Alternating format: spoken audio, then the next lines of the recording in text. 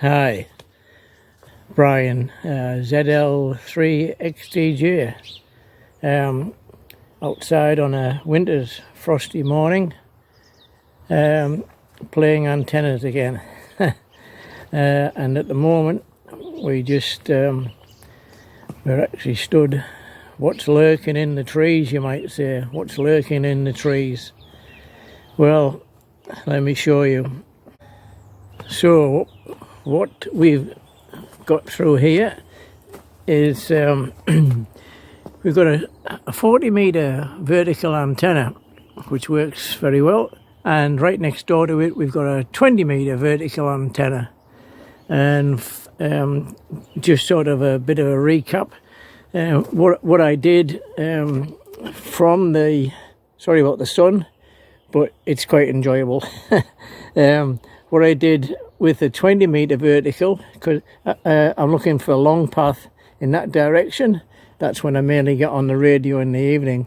So directly 5 meters behind it, I'll just move out of the sun, 5 meters behind it, the old $3 painting pole, which at the moment this contraption is actually for cutting firewood logs. So the firewood logs lay between the slats, and as you can see by the marks, we just go down with a chainsaw. Anyway, I digress. So we have a reflector. So we have a 2-element 20-meter vertical. That one over there is fed with a coax. This one is just standalone.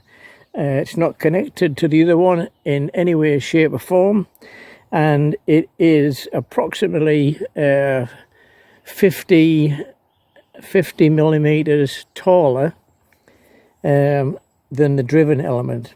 In this situation, this is how it's worked for me. Because what I do, I put an antenna analyzer on each one, and I've actually set the driven element set to about 14,213 roughly, then put an analyzer on the bottom of this one, and this is set roughly about 90 to 100k further down the band, so about 14,113, 14,120, something like that. And it works out to get that frequency that is 50 millimeters longer than the driven element, and it seems to work really well. The noise has definitely gone down, and in previous videos I actually did some tests to show you the front back. Roughly I get about 1 to 2 S points gain in my long path direction. And as I say, the reflector is not connected to anything. It's just literally strapped to this bit of wood, some radials on the bottom, and there we've got a 2-element vertical antenna. Now, what happens if you've got a spare painting pole? And I thought about putting another director that direction, but I haven't actually got the space because I'm going towards the building, out my woodshed and the main road. What happens if we put another reflector behind the reflector at 50 millimeters taller once again? So I'll just walk through here, and let's go out and forgive the glares on the camera, but let's get into the sunshine. It's about 5 degrees in the shade, but it's a little bit warmer in the sunshine this morning. Here's the firewood I've got to pick up. So we'll just have a look around here. This is the end of the garden over this way. It's a bit far to run radials and coax over there, so we try to stay over here. Oh, there's quite a better shot here. So there's the, no it isn't, because you can't see because of the sun. So there we have, up there is the 40 and the 20 meter driven element. Then we've got the reflector, the first reflector. Now let's do something crazy out of the box and take the other $3 aluminium painting pole and put it, let's put it here. On here I've got a post which is actually concreted into the ground, so it's unbelievably solid. On there I've got a mast, and I've got on top of that I've got a 80-meter dipole. That is the centerpiece. But just around the side here now, I'll just give it a bit of a lick of green paint just to blend in. This is now the second reflector, which is, as I say, 50 millimeters taller than the other reflector. So I've got a driven element and 2 reflectors, all 5 meters between each of them. And again, this one is just cable tied to the post. And at the bottom, down here, we've got some radials which are 5. I just clip them onto there, 5 meters long, and we've just run them out this way somewhere. Don't have to be perfect. They are exactly 5 meters long, these ones. Run that over there, and where's the other one? Here we go. Sorry about the camera movement, but as you know, if you watch this channel, what you see is what you get. It's all on the hoof. Let's put this over the wee stream, might help. And we've got 3 radials, 3 radials going the other way here. 1, 2, 3, and radials on the first reflector, obviously. Through experiment, what I have found is radials on the driven element and the first reflector, which is in there, bear with me, and the second reflector, the radials, for some reason, and I haven't really looked into this or read up, but if you overlap radials using parasitic reflectors, because that's what these are basically, because they're not connected, they're not phased, or there's no cable connecting each of the masts between each other.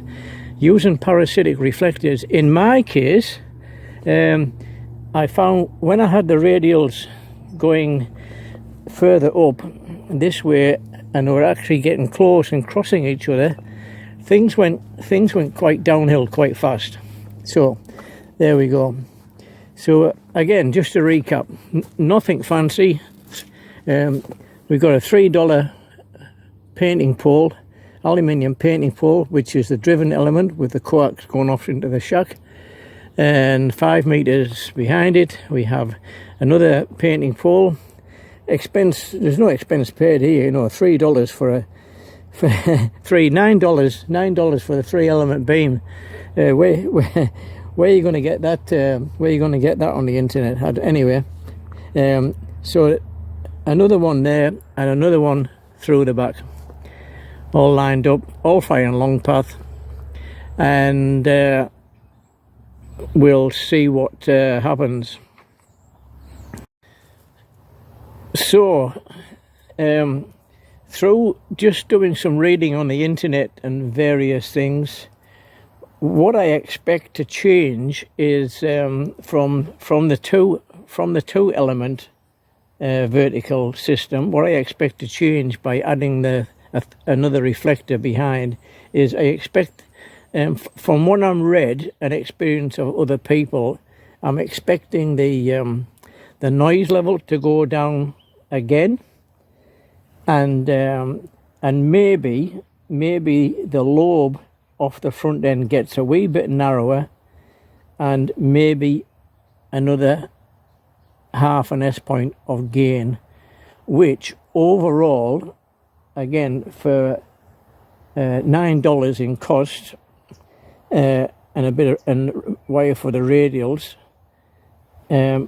we should get a solid S2 long path gain on 20 meters.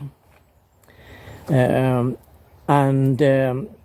I'm actually going to do some tests later on by using the reverse beacon network, and also looking at one of the web SDRs on in the Netherlands, so I can see the spots I get, and I can see my signal on the waveform and the waterfall over there. And what I'll do is we'll quickly take the 2 reflectors down. We'll just do some tests, CQ tests with the driven element. Then we'll put the first reflector back up and see what results we get, if we can, and then put the second reflector up, so we end up with a 3 element. So we basically we've got a driven element and 2 reflectors.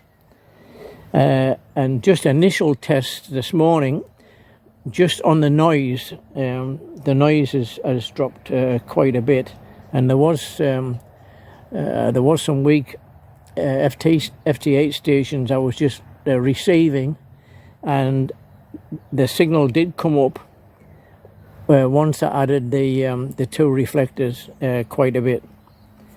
Not always. It's not always about the signal strength on the meter. Sometimes, you know, it seems to be the case that sometimes the signal just sounds louder, and the meter doesn't actually move a lot. But that'll do for me. Just an experiment. So there we go. Very simple, and very easy to put up. I think a lot of people do use a single reflector behind the driven element when they go portable or on the beach or wherever, and they do work exceptionally well. Obviously, if you were down near the coast, near the water's edge, 1 or 2 radials is all I've ever used in the past, and you get great gain, that's for sure. I'm just wandering at the sunshine again, so nothing better than feeling the sun on a cool winter's morning. As I say, the frost is just going off the grass at about 1 degree, I think, and I don't know if you can see better from this side. So we've got the 40 and the 20 meter vertical here, and we've got the reflector and the 80 meter dipole at the end. 80 meter dipole is mainly used on receive. Actually, it works quite well on most bands. There we go for now.